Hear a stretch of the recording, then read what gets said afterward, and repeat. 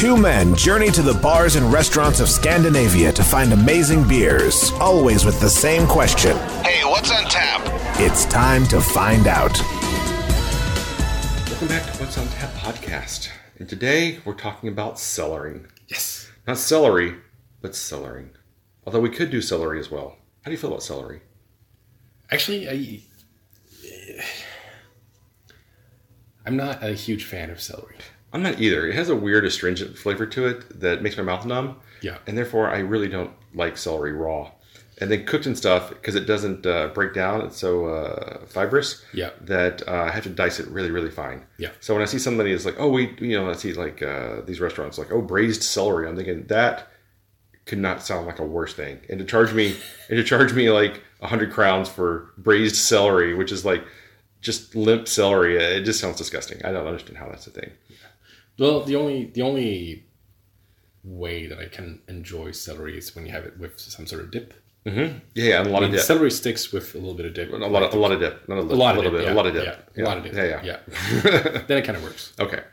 But anyway, this is not the celery cast. That's the cellaring cast. This is cellaring. And so we're talking about aging beers. Yes. And so to do that today, we both reached into our cellars and we discovered that we both have a Smoldering Holes from... Well, to be fair, we planned this for quite a while. Come on. I'm trying to paint a picture here.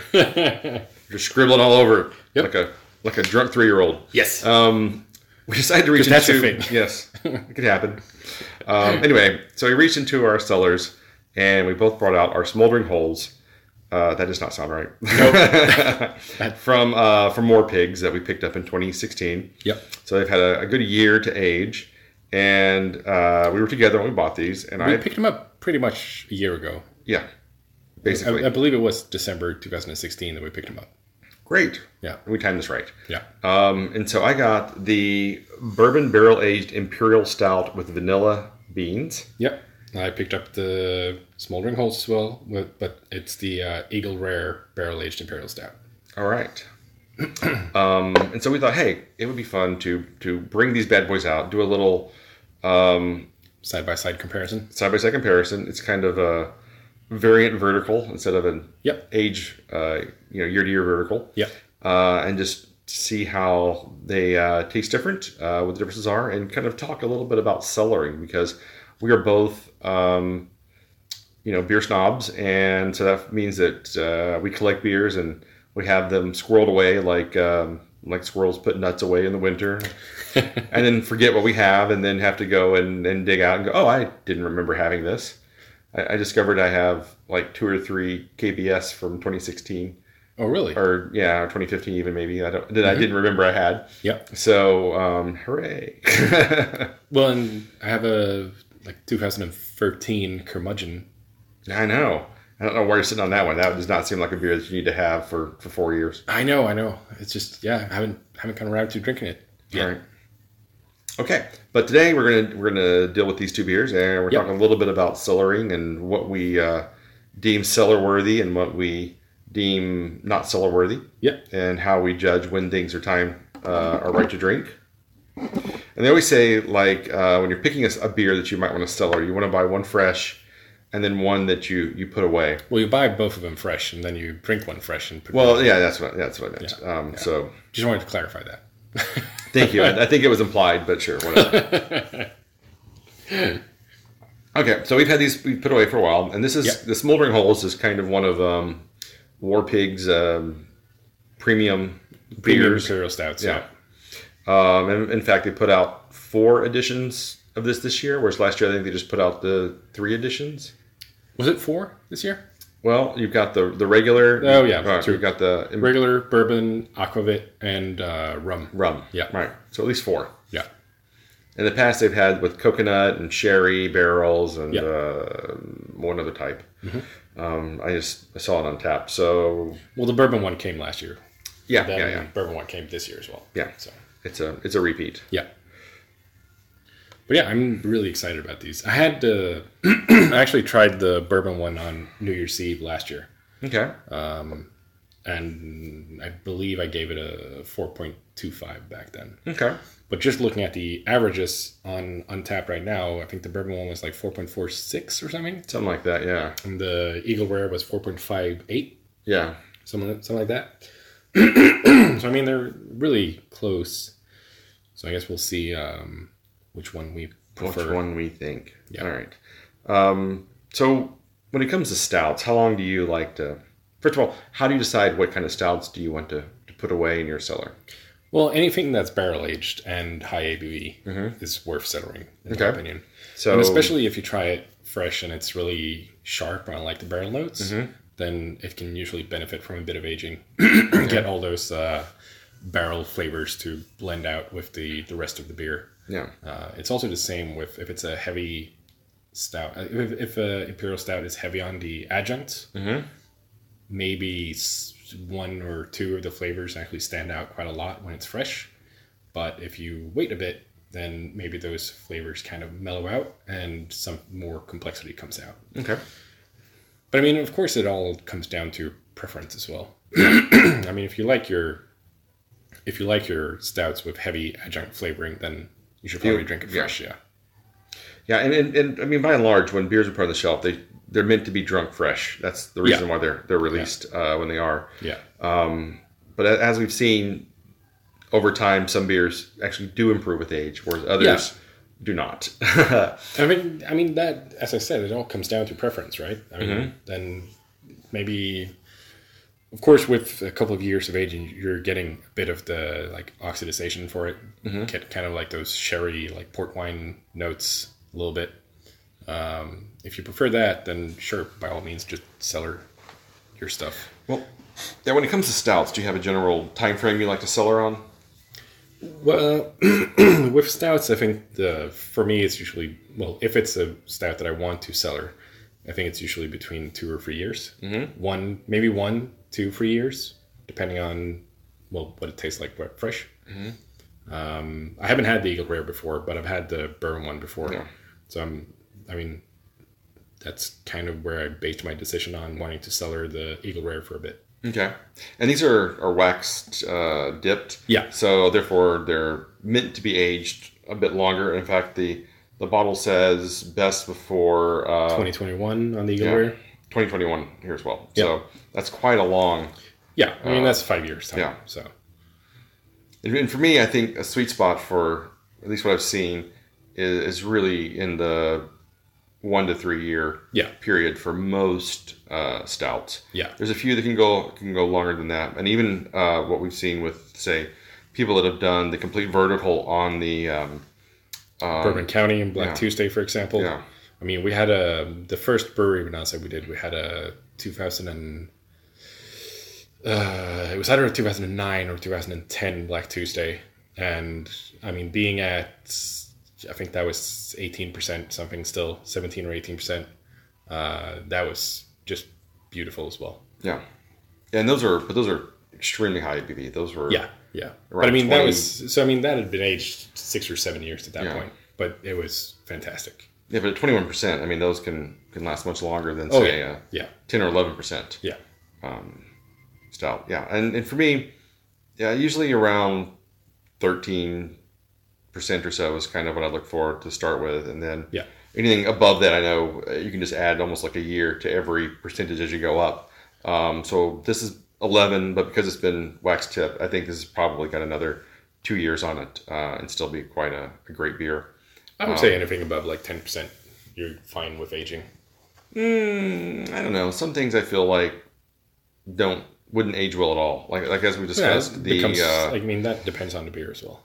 Like the 1050, I think we've discussed several times that should be drunk fresh. Shouldn't age that. You shouldn't age it too long, at least. Yeah, 6 months to a year is fine.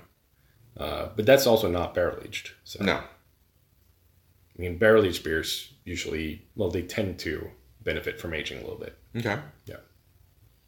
And that also goes for like old ales and, of course, the Belgian sours is a whole different story as well. And we'll come back to that. Right now we're just going to talk about stouts, and we'll get back around to the sours and stuff. But all right, so let's talk about these two beers. Yes. I think we should smell them side by side. Yes. See how they smell. And then we'll taste them side Yeah, by side. and then we'll taste side by side as well. Cool. So let's do the Rare Eagle first. Yep. So I think Sure. we did a pre-game sniff, and it was not as pronounced in the smell as the other one. So I think No, I mean the barrel notes come through quite a lot in the smell, but they're not super pronounced. So I think if I didn't have the other one to compare it to, I would think it does smell pretty pronounced. Yeah. It has kind of a dry smell to it for me. Like I'm getting the barrel aging, but I'm not getting a lot of other notes off of that to start with. Well, you're getting a bit of roastiness from it. Bit of chocolate. I think you're getting quite a lot of sweetness from the different types of sugar that they've added in it. I mean, there's both Belgian candy sugar, regular sugar, dextrose, and palm sugar in it. So there's just That's a abundance lot of of sugar. There's a ton of sugar in this. This is basic candy at that point. Yeah. Yeah, I'm really putting my nose in there, and I get the barrel aging, but it's not just blowing me away with sweetness. It still smells freaking delicious. Yeah, it smells great. And then we have the Bourbon vanilla one. Yeah. Which does smell all the candy that you just described. Well, I think on the bourbon vanilla one, you get tons of the vanilla notes now that it's been sitting in the glass for a little bit. Because we took these out of the fridge quite a while ago. We poured them in the glass, then let them sit for a while to warm up a little bit before we started recording as well. Because they were way too cold when we pulled them out of the fridge. But this, I'm getting much more of the vanilla and the chocolate and the... Yeah, this tastes like... Well, it doesn't taste like... It smells like kind of like a dialed back vanilla shake a little bit. The McKellar. Yeah. Vanilla shake, Yeah. Just to clarify there. All right, and both of these it's kind of very pleasant vanilla smell to it. Yeah, and both of these are just pitch black. So black so much that the engraving on the glass shows up as white. Exactly. The black print on the tasting glasses that we have here actually looks inverted compared to the stout in the glass behind it. I can't even see the labeling anymore on this. Nope. All right. Let's try the... which one do you want to try first? I want to go with the Eagle Rare first. All right, Eagle Rare first. All right, cheers. It doesn't have the vanilla adjunct to it.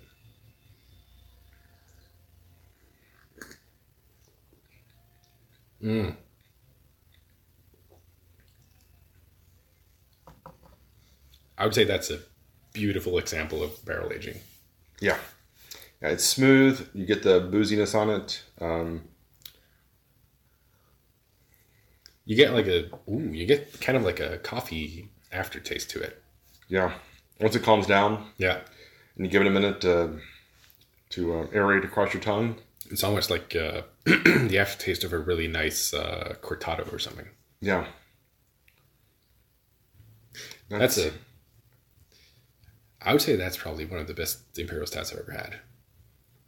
It's really good. Yeah, it's very smooth. It's very easy to drink. You kind of want a cigar with this. Now that you say that, it's very much a sipping beer. Definitely. You do not want to down this quickly. Having said that, I'm just going to pound this right now. No, I couldn't do that.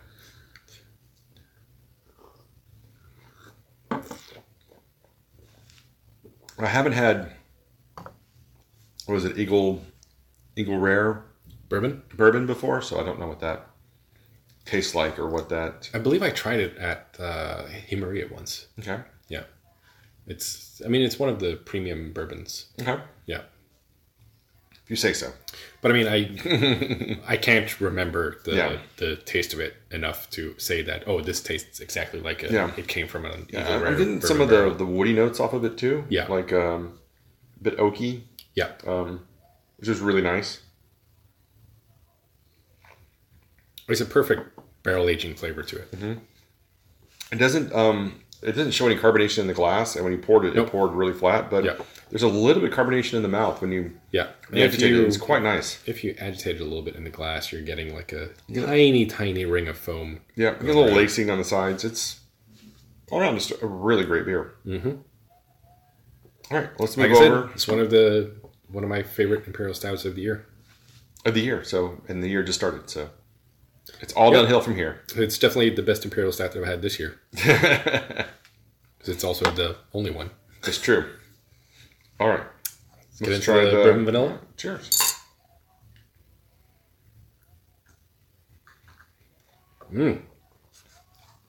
That's a lot thicker. It's a hell of a lot thicker. It's a lot thicker. It's a lot smoother. It's a lot sweeter. It is a lot sweeter. Man, this actually doesn't...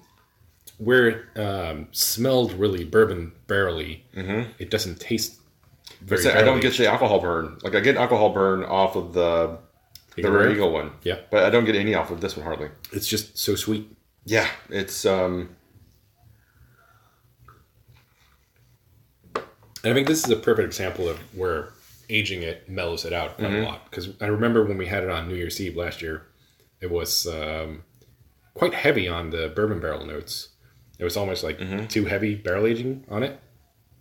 Whereas now it's pretty much lost, like all of the bourbon Yeah, taste. I don't get a lot of bourbon on. The smell is very bourbony, but the flavors is not very bourbony. Yeah. And the vanilla is really prominent. I mean, I can't think of a stout I've had where the vanilla was this strong before. Yeah. I mean, it is just... if you don't like vanilla, man, you are not going to enjoy this beer. Yeah, you shit out of luck. This is just a big mouthful of vanilla. And I'm actually going to try blending a little bit of the two. Good call. Because I think that might actually work really well here. Since it's the same beer, I can't imagine that it wouldn't work well together. But yeah, it's a tough call. It's very boozy. I know it's blending. No, that's super boozy. Well, I mean, yeah, it's two boozy beers mixed together in a boozy concoction.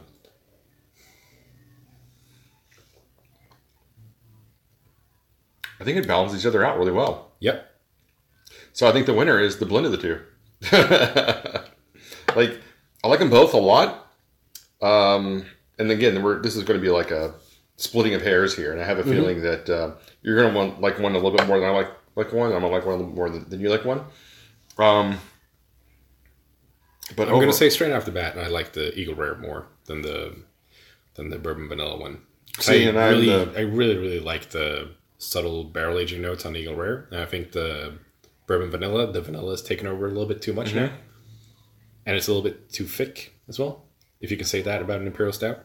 But I think the Eagle Rare one has a better mouthfeel to it. I think drinkability-wise, I like the vanilla better. But if I just wanted to like sit back and sip one, I would do the Rare Eagle better. Yeah. Eagle Rare better.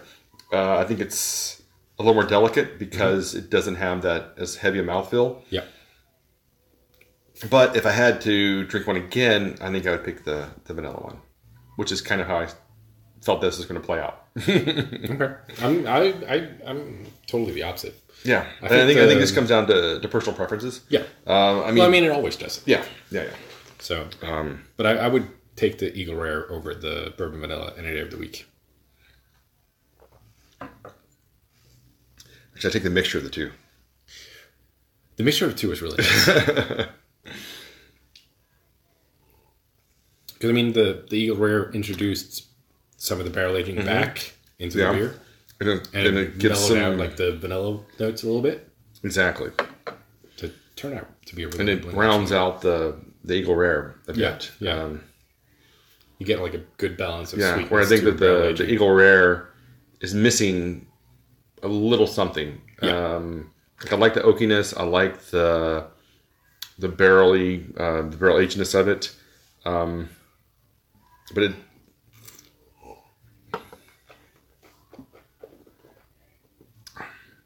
it just doesn't. It just is missing just a little something, and I can't quite put my finger on it. Like what is missing for me? Yeah, it doesn't miss anything. I just think it's perfect. All right. So when it comes to, we'll go back to cellaring here. Yeah. Before we get into grades, when it comes to say sours, what do you think about sour beers? I don't know. Should we talk about cellaring of sours in this episode, or should we do that in a cellaring episode for sours? Sure, we'll save it for that. Yeah. Yeah. We'll come back to cellaring of sours in another episode then. Yeah. Because we've got quite a few sours. I think we can get into... I mean, we do have some barley wines that I've cellared for quite a while. I have I believe I have a 2008 barley wine in my cabinet. And that sounds amazing. 2009 and 2010 as well. Wow. So which one? It's Danish brewery. Okay. I can't remember the brewery. All right. Well, we'll let you look that up, and I'll. The beer name is Mjølner. Okay. Like Force Hammer. Mm-hmm. And the brewery is Houselip. Okay. Yeah. So I had a 2007. I drank that. How would that turn out?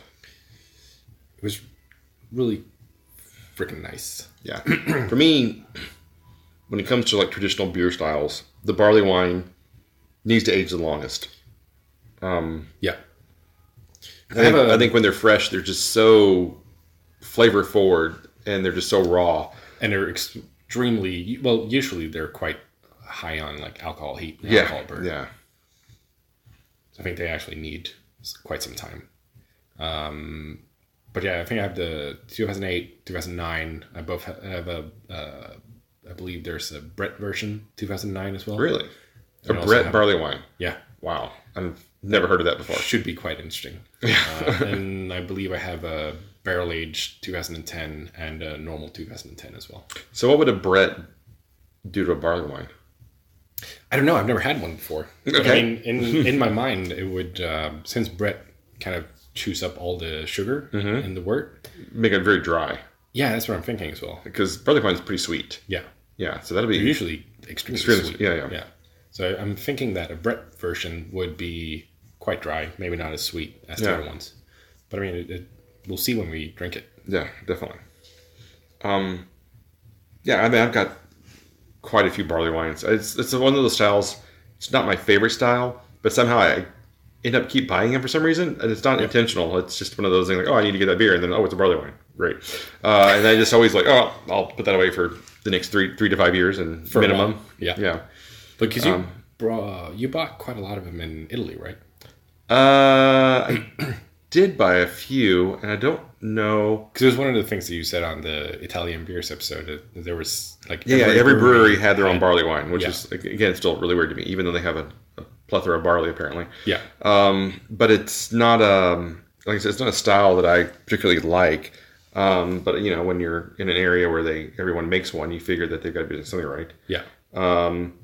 But I don't know that I have any of those left. I don't think I bought really any because I'm not a huge barley wine fan. Well, we had the one. We tried 2 of them. We tried one of them.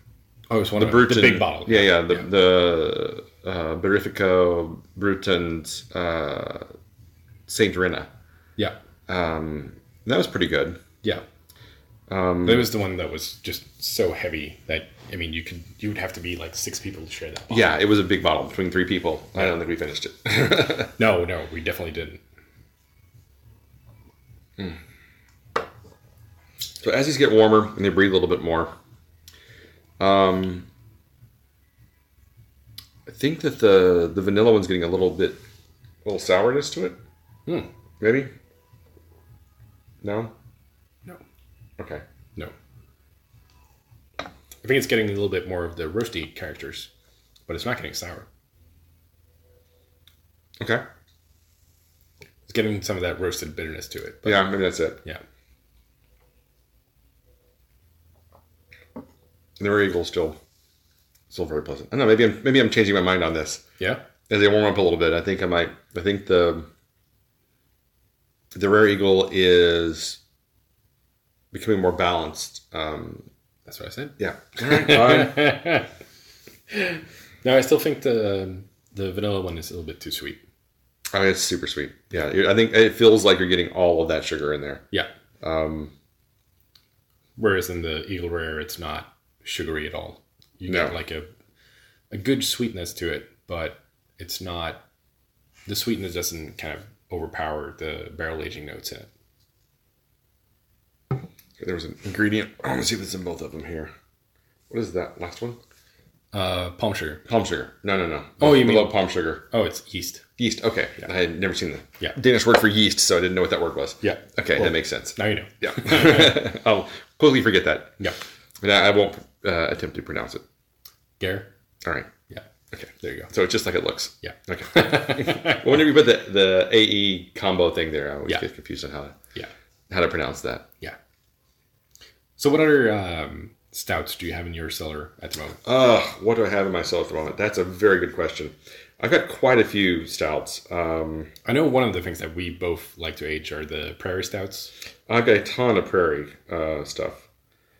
But I don't remember anything else I have in there because I have a horrible memory and I put things on a spreadsheet, so I don't have to remember them. That's kind of my dealio. Oh crap! Trying to find my spreadsheet of what I have. Let's see if it's here. Nope. So you talk about what stouts you have while I try to find my list of stouts. All right. Well, I've also got a bit of prairie stouts in there, so there's going to be sitting for a while. I'm also, I've been saving up for. We were talking about KBS earlier. I've been saving up a little bit of a vertical of KBS as well. I'm really excited about the CBS hitting Systembolaget this year. Oh, I'm going to buy deep on that. I cannot wait for that. That's going to be exciting. All right. So I've got double black mash, 16 and 17. Oh, nice. Yep. From Lager. I've got Dario the Dark Dawn, also from Lager. Yep. Uncle Jacob Stout from 2017. Mm-hmm. Oh, I do have another. I've got the Baladin barley wine. Yeah, which was the Reservia Teo Muso XYAUYU. Oh, yeah. I know which one it is. It's a Yayu Birria da Divano. Yep. You can tell my Italian is flawless as always. Yep. Drink that and drink that. I need to update my list. I have a couple of the Mikkeller's Vanilla Shake Bourbon Barrel Aged ones. I actually still got one of the original ones from 2014. Well, I've got the Cadera Brewing Mowgli, which I need to drink pretty soon. And actually, I picked up the full set of the Warpigs Smoldering Holes variants this year as well. So we should be doing another cellaring episode of those in a year's time. I got the Dugas Hunter & Sons Sadamu Dimtu and the Grand Noisier from Dudacel. Mm-hmm. I quite like them. They do really nice stouts and barley wines. Yeah. I've got some Imperial Biscotti Break and Even More Jesus and Imperial Mexican Cake or Biscotti Cake Break. Cool.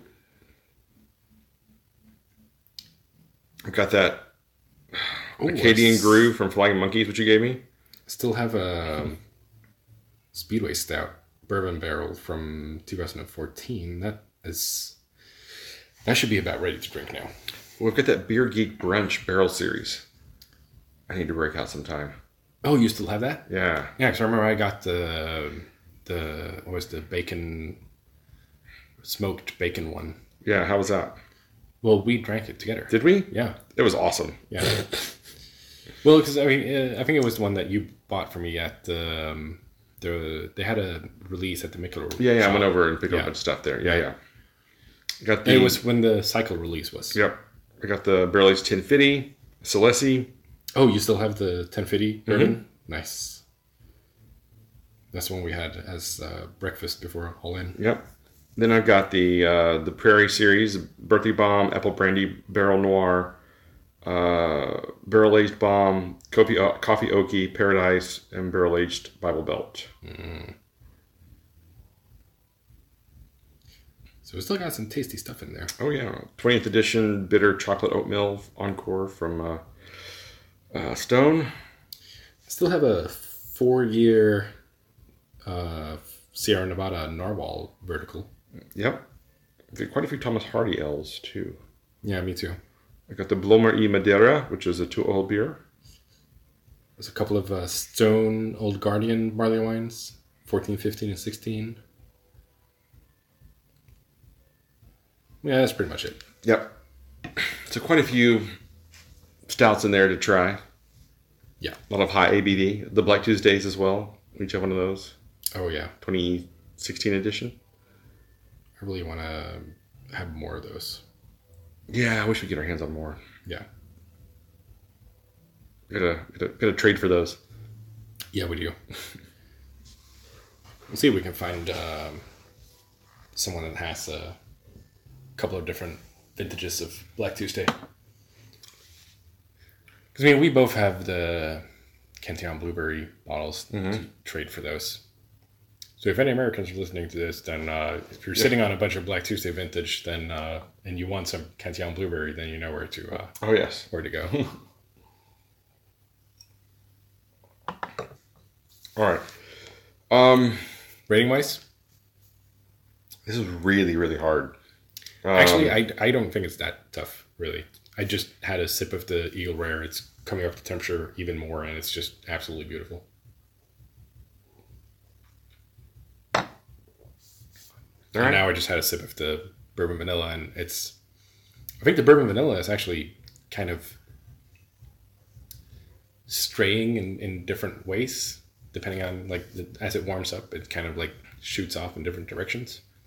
Yeah, I agree. I think as the vanilla one warms up, it definitely it's doing a lot more. Yeah. As I would say, as these two have warmed up, the Rare Eagle has not really changed that much. No. It's still pretty much stayed the same. It's become a little more rounded, not quite as oaky and I think dry. Yeah. Whereas this one is. It's getting even more and more sweet the whole time. Yeah. The warmer it gets, the sweeter it's going to get. I think with the thicker mouthfeel on that, then it kind of becomes like a little cloying. Tough to drink. Yeah. So I'm going to give the Smoldering Holes Rare Eagle. I'm going to go for like a 4.75, and the Imperial the Bourbon Vanilla. I'm going to give 4.5. Yeah. I'm also going to give the Eagle Rare 4.75 because I think it's a perfect barrel-aged Imperial Stout. But I mean, you don't give it a 5? You keep saying it's the best Imperial Stout you've had. It's one of the best I've had. All right, well, now you're changing your words.